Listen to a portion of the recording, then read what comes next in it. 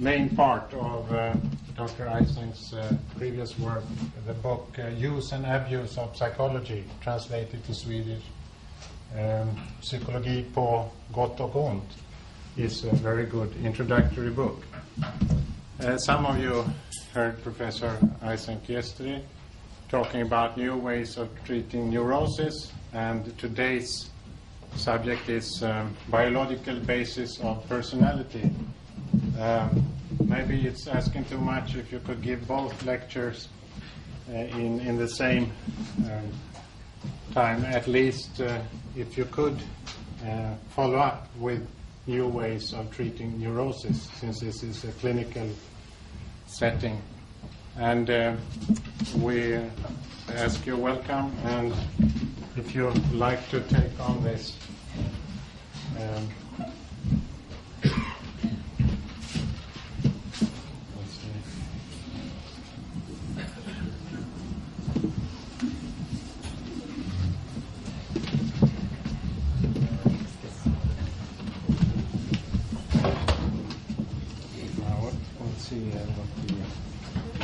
You want to use this? What does it do?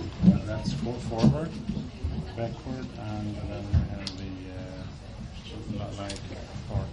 Can go forward and turn on the light there.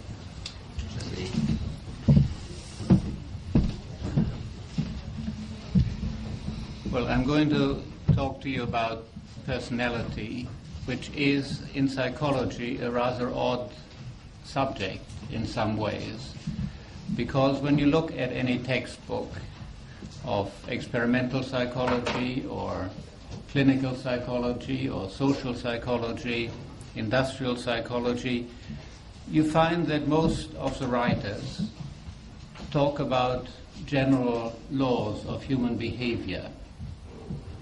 Now, this doesn't make an awful lot of sense, because what you always find in all these subjects is that different people react differently to the same kind of situation.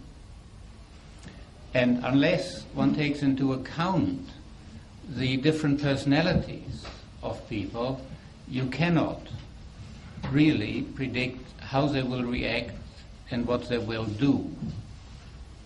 Personality is an absolutely vital ingredient in making any kind of psychological prediction, making any kind of suggestion about treatment in clinical psychology, about methods to be used in educational psychology or in industrial psychology, and even, as I shall show you in a minute, in saying anything sensible about experimental psychology in the laboratory.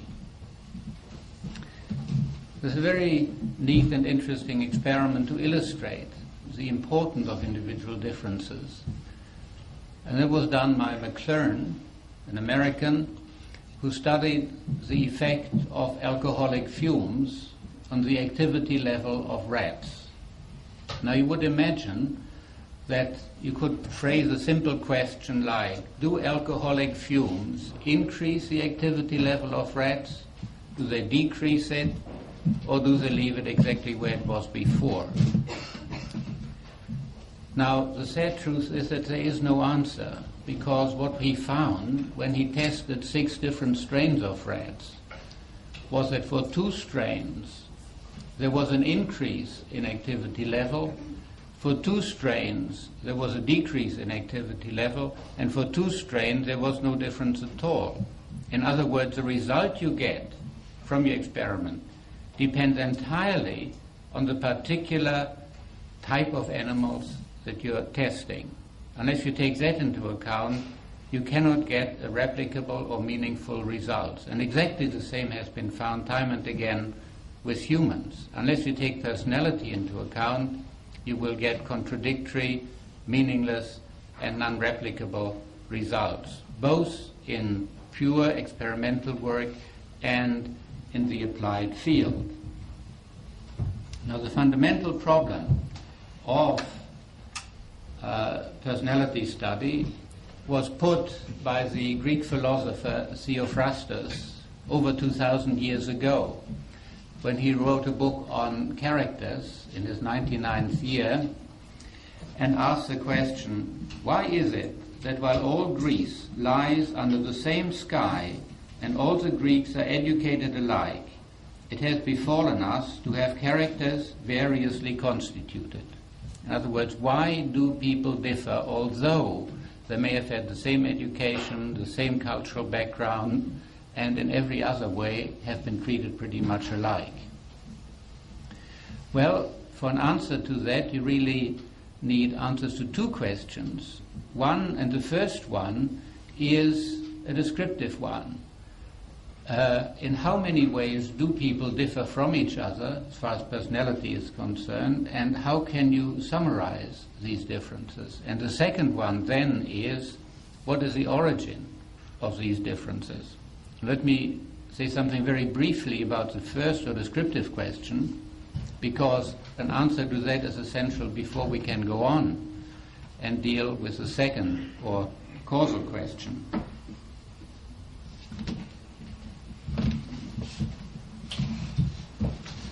Now, the ancient Greeks, of course, tried to give an answer to the descriptive question. They came up with the four temperaments: choleric, sanguine, phlegmatic, and melancholic. This is not a very satisfactory answer, although it has lasted for over 2,000 years and we still use these terms. It isn't satisfactory because I thought everybody could be fitted into one of these four types, which is clearly not so. But what you do get, and what has been found time and again in many thousands of studies all over the world, is that you can define a good proportion of what is normally recognized as personality differences in terms of two orthogonal dimensions, one ranging from the extreme introvert through the ambivert or average person to the extreme extrovert, and from the unstable, emotional, neurotic sort of person to the very stable one at the other end. And you can see the traits which are characteristic of the typical extroverts written around the rim of this. The typical extrovert is active, optimistic, impulsive, changeable, sociable, outgoing, talkative, etc. The typical introvert is quiet, unsociable, reserved, passive, careful, thoughtful, etc. And similarly, for the unstable and the stable, you see the terms characteristic of each: moody, touchy, anxious, restless, and so forth. And you can see that the Greek temperaments fit into this in the four quadrants. The choleric is your unstable, emotional extrovert. Your melancholic is your unstable introvert. Your phlegmatic is your stable introvert. And your sanguine is your stable extrovert. And these personality descriptions are related to various groupings and that you can observe socially. For instance, most neurotics who come to your hospital will be in the melancholic quadrant. They're both unstable emotionally and introverted. Many antisocial, psychopathic, hysterical, and criminal personalities come in the choleric quadrant. The phlegmatic and the sanguine are more normal, but for instance, in the British Army we tested recently many thousands of paratroopers and parachutists, and they tend to come in this quadrant, the stable extroverts, and many successful businessmen come into this stable introverted quadrant. So you have relationships there with behaviors that are certainly socially important.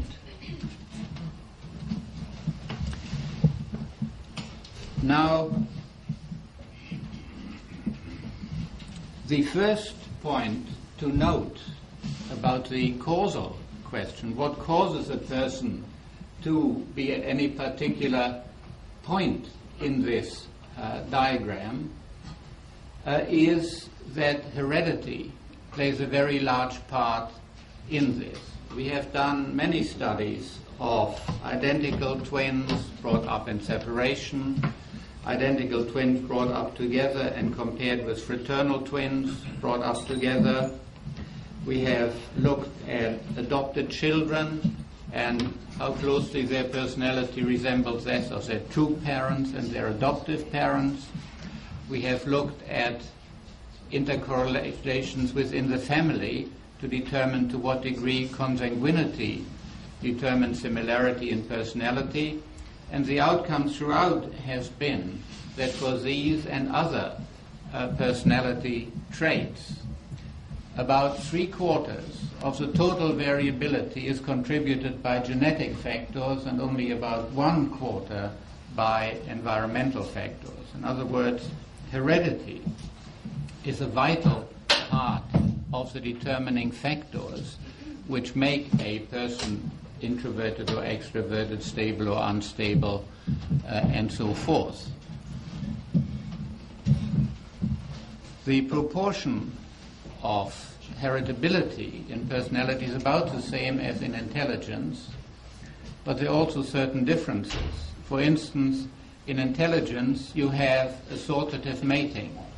That is to say, highly intelligent men marry highly intelligent women, and vice versa. And you have dominance. High intelligence is dominant over low intelligence. In personality you have neither. There's no assortative mating. That is to say, people marry more or less at random as far as personality is concerned. An extroverted man doesn't marry an introverted woman more frequently than he marries an extroverted one or an ambiverted one, and so on. There's some evidence that happy marriages show some degree of assortative mating and unhappy ones do not, but the evidence is not terribly strong. And overall, as I say, there's no assortative mating, and there's no evidence of dominance either for neuroticism or for extroversion, introversion. Now, given that hereditary factors are very important, it suggests immediately that there must be some kind of biological basis, because obviously you cannot inherit behavior or personality as such.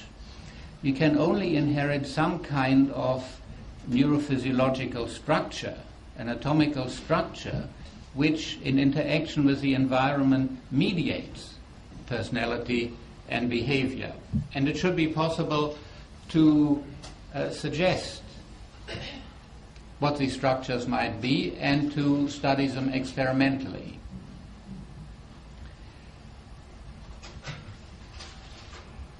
Now, these are the two major structures that have been suggested as being causally involved in the different personality traits that I've been talking about.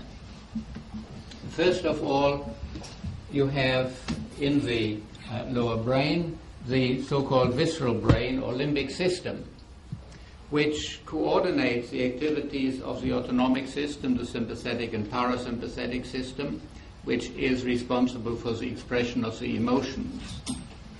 And the hypothesis is that innate differences in the responsivity of the visceral brain to external stimuli, which normally produce emotion, is responsible for differences in the neuroticism, emotionality, stability factor.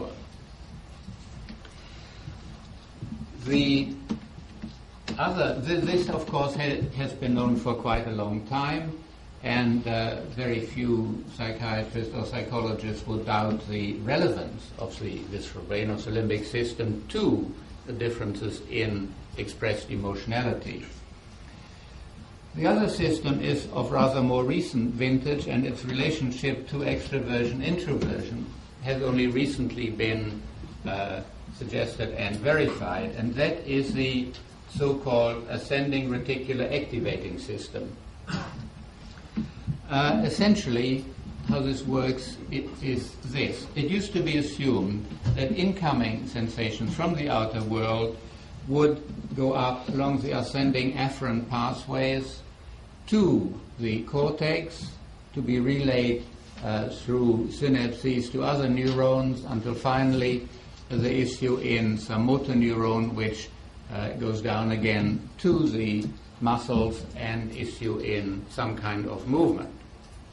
Well, we know now that this is much too simple a conception, that what happens, if this were all, would be that the message would reach the brain and then stop there. Because what is needed is some kind of arousing impulse that will awaken the brain and make it possible for the further interchange of messages to take place. This is done through the reticular formation. The ascending pathway hands over collaterals into here, which stimulate the reticular formation to send impulses to all parts of the cortex, indicated by these arrows, which stimulate it into activity. They produce what is called arousal in the cortex, and only the aroused cortex is able now to interchange these messages and issue in activity. Everyone is familiar introspectively with different degrees of arousal. When you are doing an examination, you're in a high state of arousal. When you're coming home tired and sit in front of the television, you're in a low state of arousal, and you probably recognize states intermediate between these two. But in addition to that, there are also habitual differences in level of arousal in the resting state between individuals. Some habitually have a high level of cortical arousal, and some have a low level. And it is this that is related to extroversion, introversion, in the sense that introverted people are characterized by a high level of cortical arousal, and extroverted people by a low level of cortical arousal. Now, you may feel that I got this the wrong way around, because it is the extrovert who is a very active kind of person, yet he is characterized by a low level of cortical arousal. But of course, the function of the cortex is essentially an inhibitory one. It inhibits lower centers. And therefore, the more aroused the cortex is, the more it inhibits lower centers, the more it inhibits behavior. Think of alcohol, which is a depressant drug. It lowers the arousal of the cortex, therefore liberates the lower centers and makes for extroverted, active, sociable behavior. So what the theory says is that introversion and introverted behavior are caused essentially by an innate strong functioning of the reticular formation, leading to a strong, high level of arousal in the cortex, leading it to a suppression of an inhibition of the lower centers, and therefore to an inhibited kind of behavior. And conversely, extroverted behavior is caused by a poor functioning of the reticular formation, leading to a habitually low level of arousal in the cortex, and thus producing extroverted behavior patterns. Now, how does a physiologist measure differences in these two functions? The emotional behavior mediated by the visceral brain or the limbic system, and the arousal system. Let's take the emotional type of behavior first. One would think it would be quite easy to take people who are highly emotional and people who are non-emotional, take them to the laboratory, measure their reactions to various stimuli, and see whether in actual fact psychophysiological recordings show differences between them. The answer to that is that by and large they do, but that there are certain difficulties that arise which make the results not quite as definitive as we might have wished. In the first place, it is difficult to produce genuine and strong emotions in the laboratory. It's obvious why that should be so. It is unethical to frighten people to such an extent that they show a high degree of fear and anxiety in the laboratory.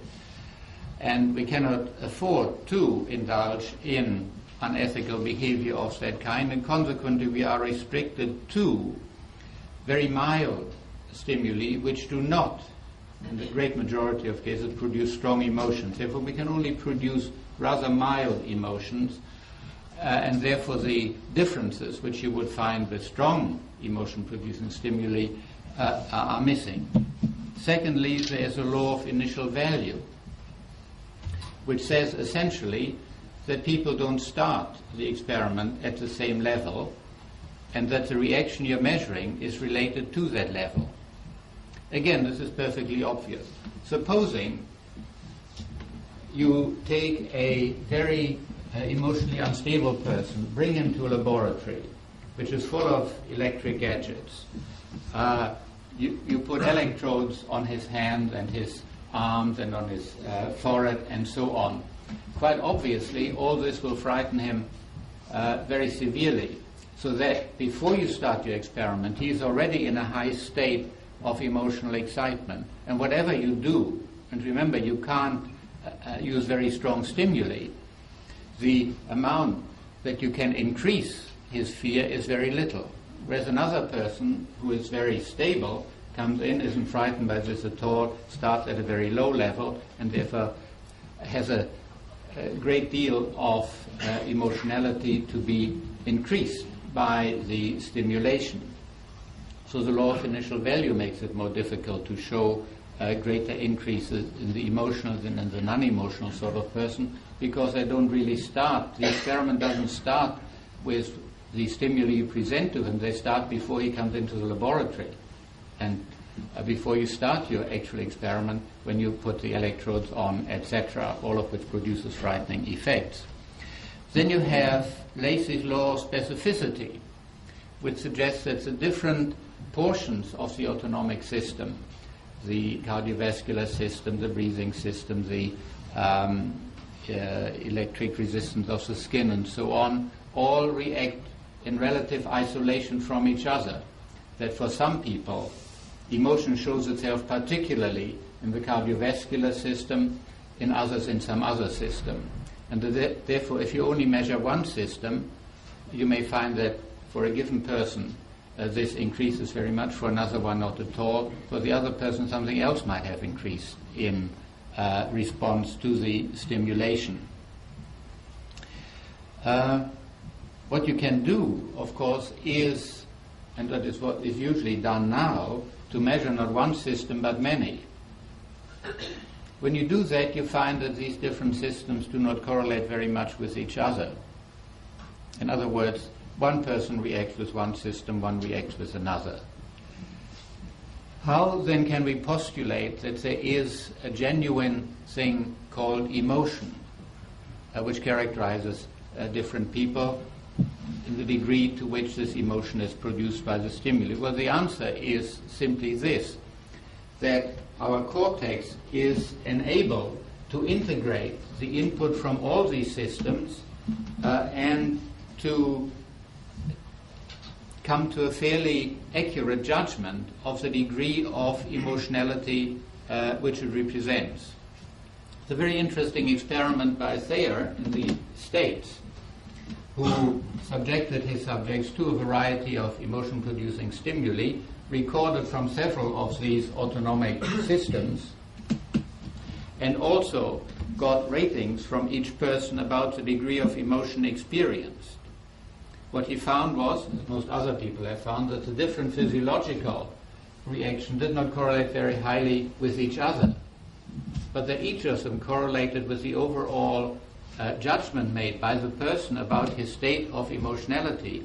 And then when you put together all the recordings made from these different autonomic systems and added them together, they correlated very highly with the introspective judgment of the person. In other words, our brain integrates all the different autonomic systems and comes to a general conclusion about the emotional reaction the person experiences, which is a very good measure of the combination of these autonomic factors. So that if you take all these things into account, you find very good agreement between physiological measures, judgment, and personality along the lines of linking the visceral brain, the limbic system, and differences in it with emotionality, neuroticism. When we come to extroversion, the obvious thing to do, of course, is to ask, how did the physiologist discover this first of all, and what does he use to measure it? And the answer is recordings on the EEG. It is usually found, both with animals and with humans, that a high degree of arousal is characterized by fast, low amplitude alpha waves on the EEG, whereas low arousal is characterized by slow, high amplitude waves on the EEG. So one would expect that if you compare extroverts with introverts in a standard resting situation, the extroverts would have the slow, high amplitude type of wave, and the introvert would have the fast, low amplitude type of wave. And that is exactly what is usually found. Here you have results from one experiment. On the left you have the extroverts, on the right you have the introverts. The closed circles are records taken with closed eyes. The open circle, records taken with eyes open. There you have theta, rhythm, alpha, and beta. And you can see in each comparison that the differences are in line with prediction. Now, most of the experiments that have been done go along the same lines and bear out the prediction. Some, on the other hand, do not. And it is very interesting to look at the reason why, in these exceptions, the prediction is not fulfilled. Let me simply say at this point, before coming to an explanation, that of course the conditions under which you take the EEG are vitally important. This was taken in a resting situation, but sometimes the experimenter subjects his subjects to highly arousing kind of stimuli, such as doing certain tests, asking them questions of an intelligence test kind, and so on. In other words, he presents them with a highly arousing situation, and it is then that you get contradictory results. Now, the reason for that lies very probably in a general law that Pavlov enunciated many years ago, which he called the law of transmarginal inhibition. Essentially, what he meant by this is this. He was working, of course, with conditioned stimuli and conditioned responses. And he showed, such as that you can condition a dog to salivate to the sound of the bell by pairing the bell with food. After you've paired these a number of times, the dog will salivate to the sound of the bell. Now, he showed that in conditioning situations of this kind, roughly speaking, conditioning was better and quicker the stronger the unconditioned stimulus. In other words, in this case, the more and better food you gave to the dog. This makes perfectly good sense, but he also found that it only goes up to a point. When a very strong unconditioned stimulus is reached, he found you suddenly got a paradoxical effect, that the more you strengthened the stimulus, the worse the reaction got instead of the better. In other words, up to a point, the reaction increases as you increase the strength of the stimulus. Beyond that point, on the other hand, the effect weakens. He explained this in a rather vague sort of way by saying this is a kind of protective inhibition. The cortex can only tolerate stimuli that are so strong. Beyond that, it is afraid of being injured and therefore produces inhibition. This is not much of an explanation, and of course we can only use the term transmarginal inhibition also as being purely descriptive, but it certainly is an effect that occurs time and again and has been observed in many psychological experiments. Now, if you think back on the difference between extroverts and introverts as being characterized by high and low arousal respectively, you will see that you would expect transmarginal inhibition to set in much earlier for the introvert, because he's already in a state of high arousal, and therefore whatever stimuli come in will strike him as being much stronger than the extrovert, who has a low level of arousal and therefore has to have very strong stimuli in order to be stimulated at all. Now let me show you a typical experiment to demonstrate this. This again is an EEG experiment in which was measured the so-called evoked potential.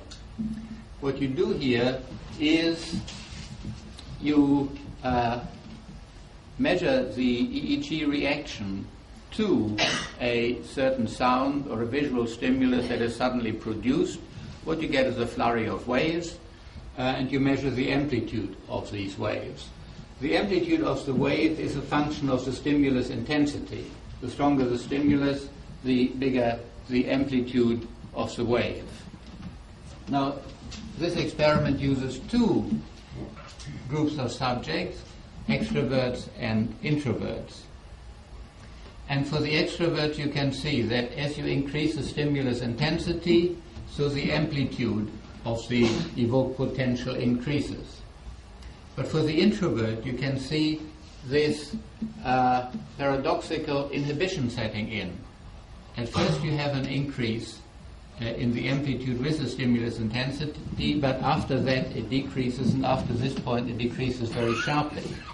So there you have a typical example of Pavlov's conception of transmarginal inhibition related to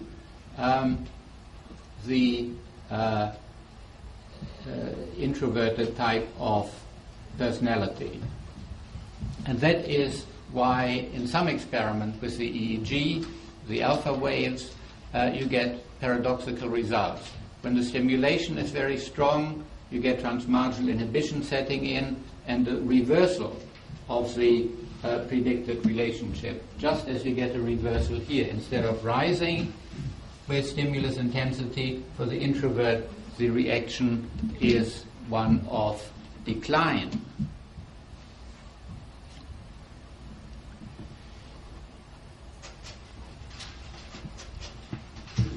Now, let me take a rather different type of experiment, again using the EEG. This time using as a stimulus a simple drug, namely a single cigarette. As you know, nicotine, in small quantities at least, is a stimulant.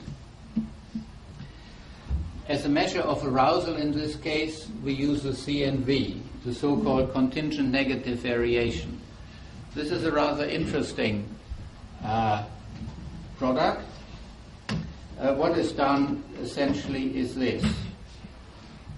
You give two stimuli, S1, which might be a simple sound delivered over earphones, S2, another sound.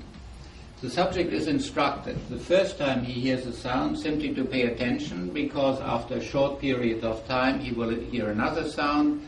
When he hears a second sound, he is to press a button. What is recorded is the EEG activity between these two. And this results in the so-called expectancy wave. In other words, a kind of conditioned response in the EEG which prepares the organism for action. And this is a direct measure of arousal. So you would expect the reaction to be stronger in the introvert than in the extrovert. Now, this is shown here, prediction being that the extrovert would have a lower CNV than the introvert under conditions of what we call sham smoking. In other words, to compare it properly with real smoking, we give the subject an unlit cigarette, which he simply puts in his mouth, takes out again, as if he were smoking. The reason is to equalize for muscular activity and so on. Now, that is a prediction for the difference between extrovert and introvert in the sham smoking situation or the resting situation. The introvert, having high arousal, should have a higher level of CNV, because the CNV is a direct measure of arousal. should be the effect of the cigarette, which produces another addition of arousing stimulation? Well, according to the theory, this would be a typical case for transmarginal inhibition. For the extrovert, who is pretty low on arousal, the cigarette produces an incrementation, but for the introvert, who is already high on arousal, this would shoot him over the top of this transmarginal inhibition, and we would get the inhibition leading to a lowering of arousal in the introvert. In other words, you get a paradoxical result that the two types of personality produce entirely different reactions. Well, we tried the experiment with two different ISIs, interstimulus intervals. One was 1.25 seconds between S1 and S2, the other one was 4 seconds. And in both cases, we got this crossover, as you can see. This is the 1.25 second interval, this is the 4 second interval. In each case, the introverts under sham smoking conditions show much greater CNVs than the extroverts. After the smoking, the extroverts show greater response than the introverts. I'll just show you briefly reactions, the mean reactions you get there. This is S1, S2 in each case. At the top you have introverts under sham and real smoking conditions and extroverts under sham and real smoking conditions. This is the 1.25 ISI, and you can see that in each case the difference is as predicted, and here you have the 4 second difference ISI. You can see here, for instance, that for the introverts the curve is actually increasing up to the end of the 4 second period under sham smoking condition. In other words, they have a high state of arousal, but after smoking it actually decreases during the 4 second period. In other words, their arousal is declining. Whereas for the extroverts, exactly the opposite is the case. It is declining in the sham smoking condition, but it's going up and increasing in the real smoking condition. So you have a very differential reaction to a drug in these different groups. And there is a great deal of evidence for many different drugs that the reactions of extroverts and introverts, or stable and unstable people, are quite different. For instance, if you take minor tranquilizers, they usually improve the performance of unstable people and have the opposite effect, making the performance worse for stable people. So the effect of a drug is related to the personality of the person to whom you give it. It is not a universal effect by any means. Let me show you the next slide, which shows a rather different kind of test altogether. This is the so-called lemon test. The hypothesis being that the stimulation produced by putting 4 drops of lemon on the tongue will be much stronger for the introvert, because in a high state of arousal, than for the extrovert. And if you measure the reaction, which is an increase in salivation, you would get marked differences. Well, we had 100 extroverts and 100 introverts divided into 5 groups. This is the most extroverted group, this is the most introverted group, and the others are in between. This is the mean increment score in salivation from before you put the 4 drops of lemon juice on the tongue of the subject to afterwards. And you can see that there's a direct regression for both the females and the males, that the introverts have the highest increment in salivation, and the extroverts practically none at all. Doesn't make any difference to them. and for the intermediate degrees you have intermediate reactions. In fact, there's quite a high correlation. We've found one of about 0.7 between introversion and showing an increment in salivation after putting 4 drops of saliva on the tongue. We then tried to see if we couldn't get this transmarginal inhibition. And so we instructed people to swallow the lemon juice. Now, as you probably know, this is a much stronger effect than just having it on the tongue. And accordingly, we got an immediate reversal.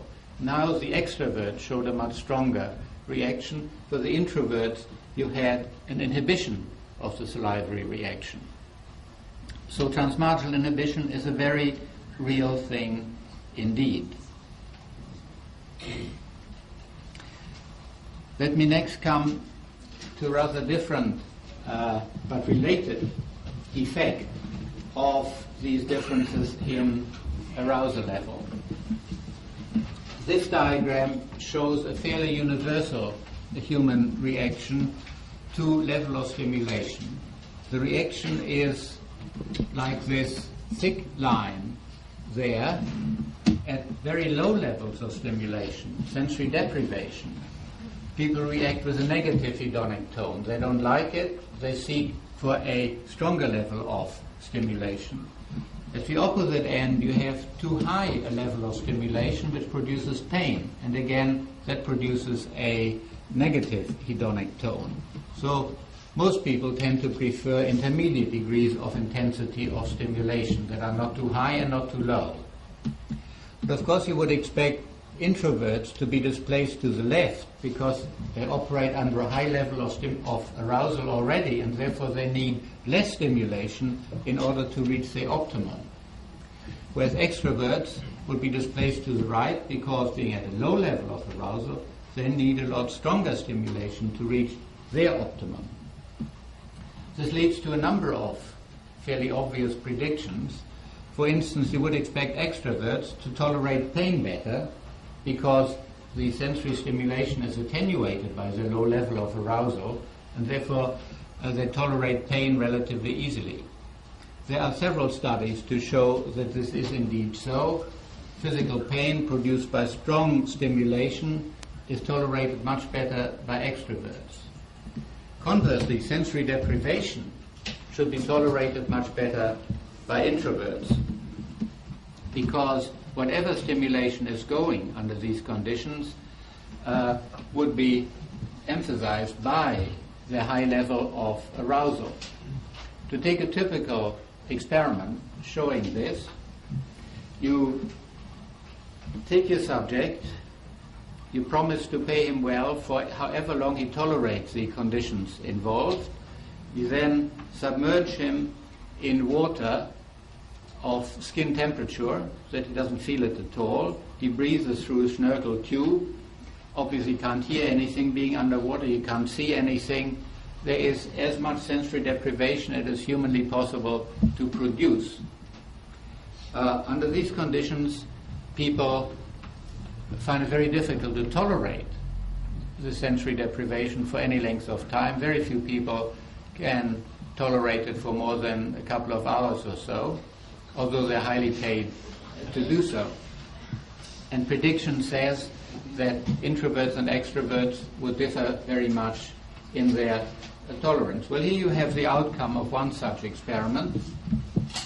You can see that the extroverted group tolerated this condition only for 51 minutes before giving up. The medium group is intermediate. The introverted group tolerated it for 2 hours and 47 minutes before giving up. And there are several other experiments which are pretty much the same. Introverts are more tolerant of sensory deprivation. You can put this in a more empirical context in the following way. You put your subject on a chair in a completely dark and silent room, and you give him a manipulandum, a stick which he can pull to and fro at a given rate. That is his operant rate.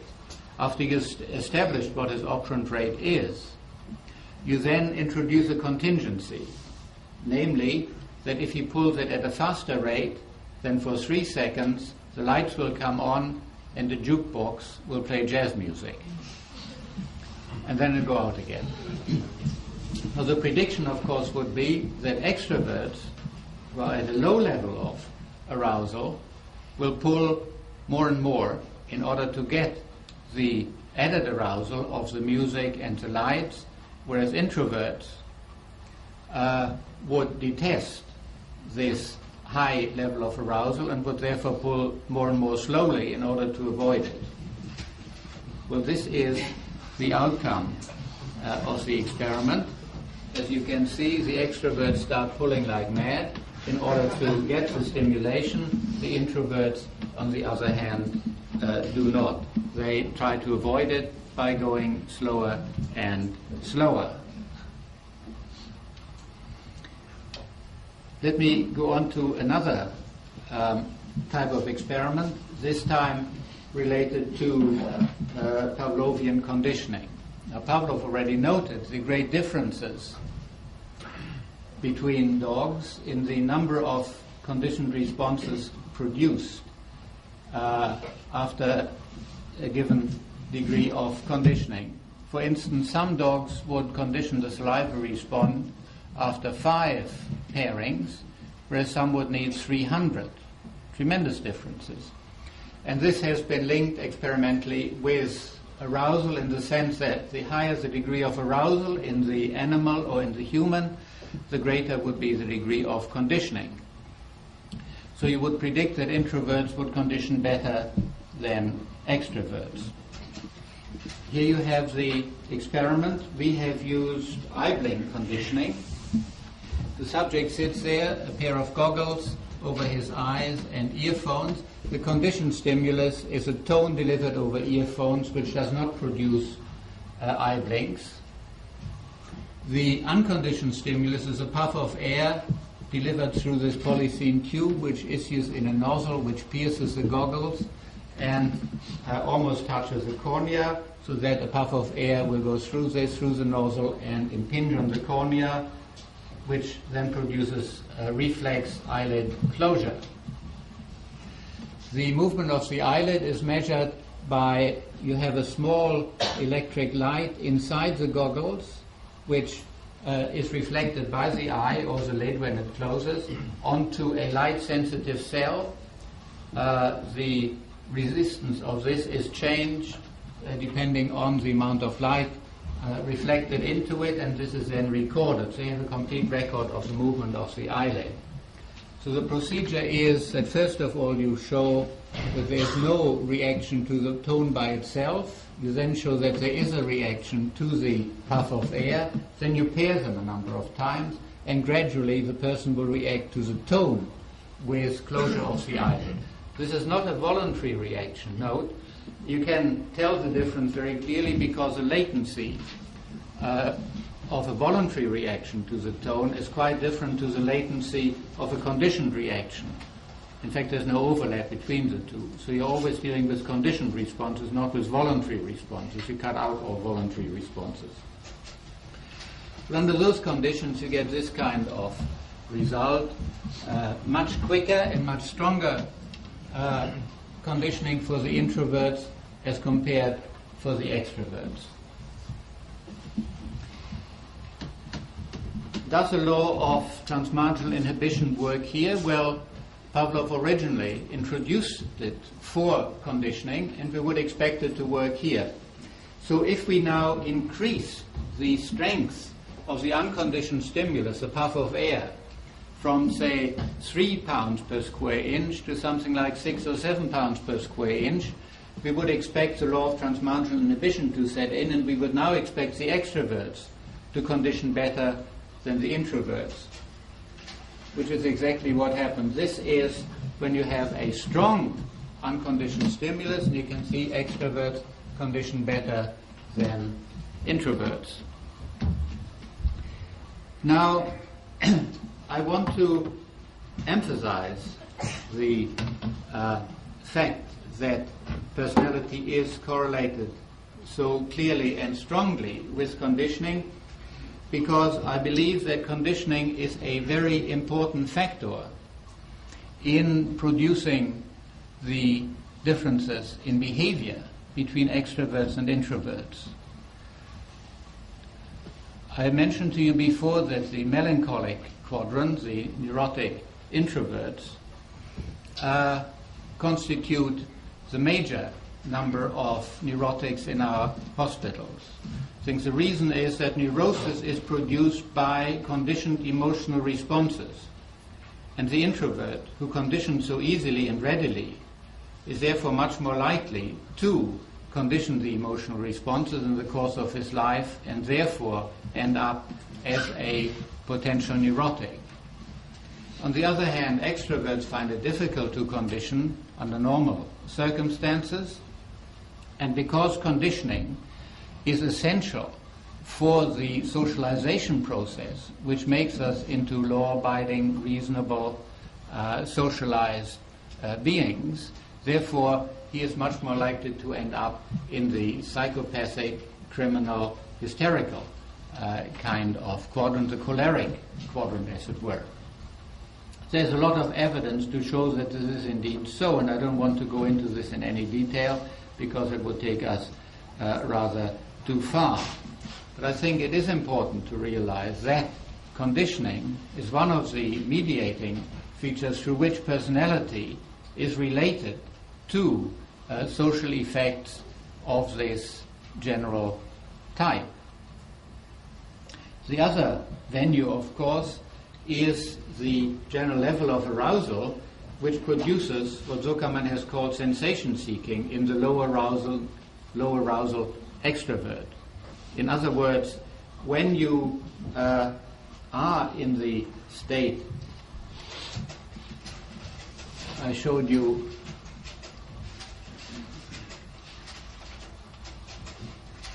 there, if you are somewhere down there where you have too little arousal to be pleasant, you will try to seek conditions which produce this arousal, and these conditions, bright light, loud music, etc., often lead a person to antisocial conduct of one kind or another, as well as leading, of course, to social behavior.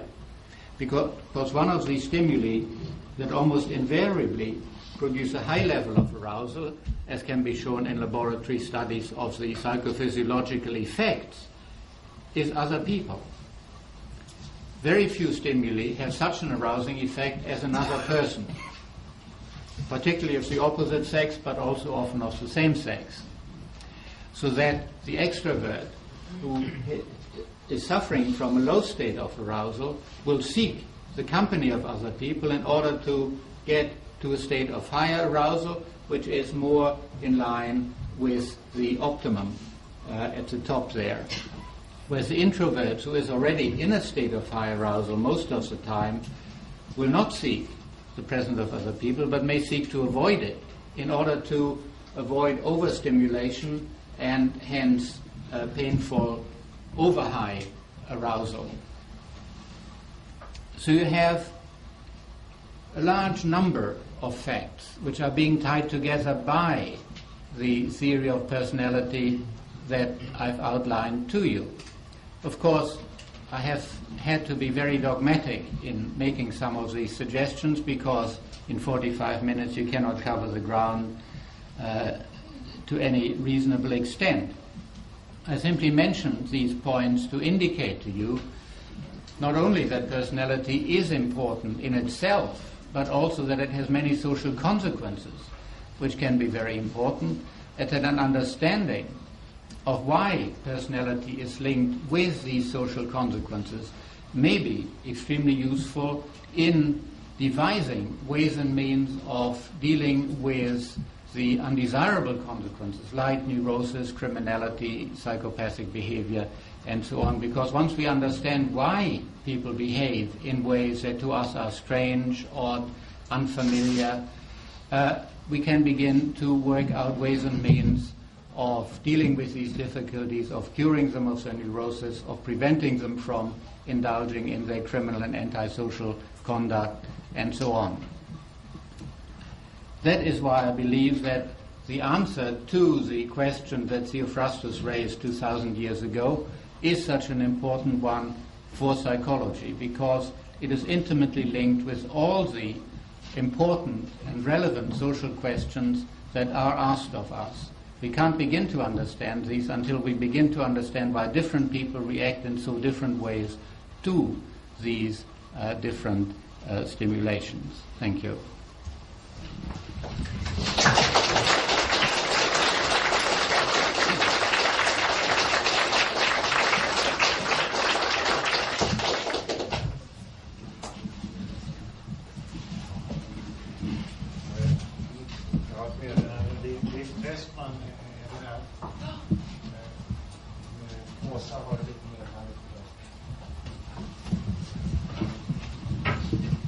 So I think we'll take 50 minutes for formal discussion down here, and then upstairs. Those who have to pick up their children can take the opportunity to leave. So sometimes they have to be at the nursery at 5 o'clock. So maybe, well, should we cut?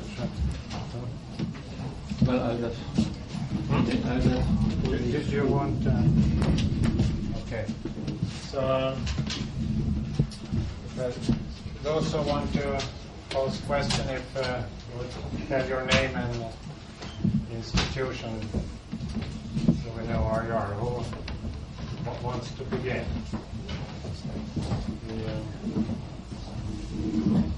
Yes? From the Faculty of Medicine, Huddinge Hospital. You started your discussion by saying that extroverts and introverts have habitually have various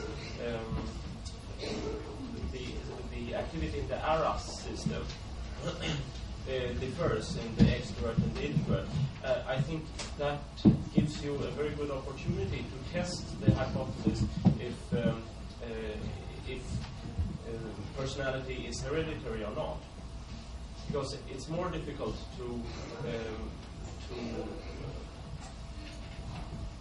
check the heredity if you look at behavior, but it's easier to check it if you look at the EEG waves. Has that sort of experiment been done? It is generally conceded that EEG is inherited to a much greater extent than behavior.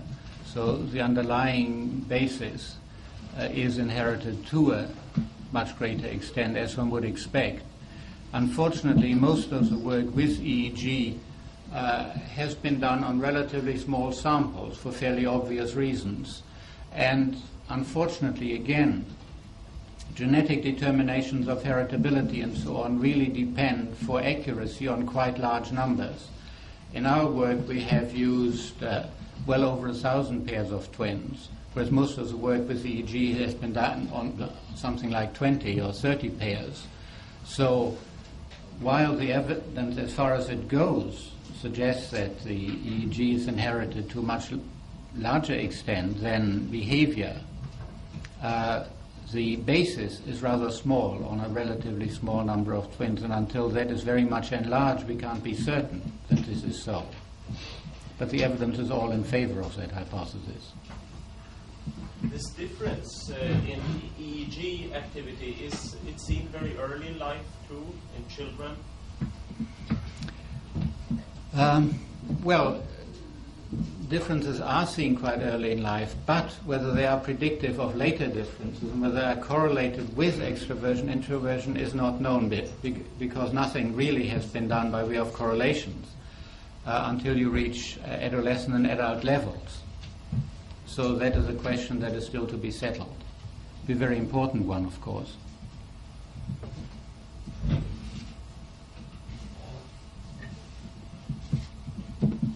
Yes.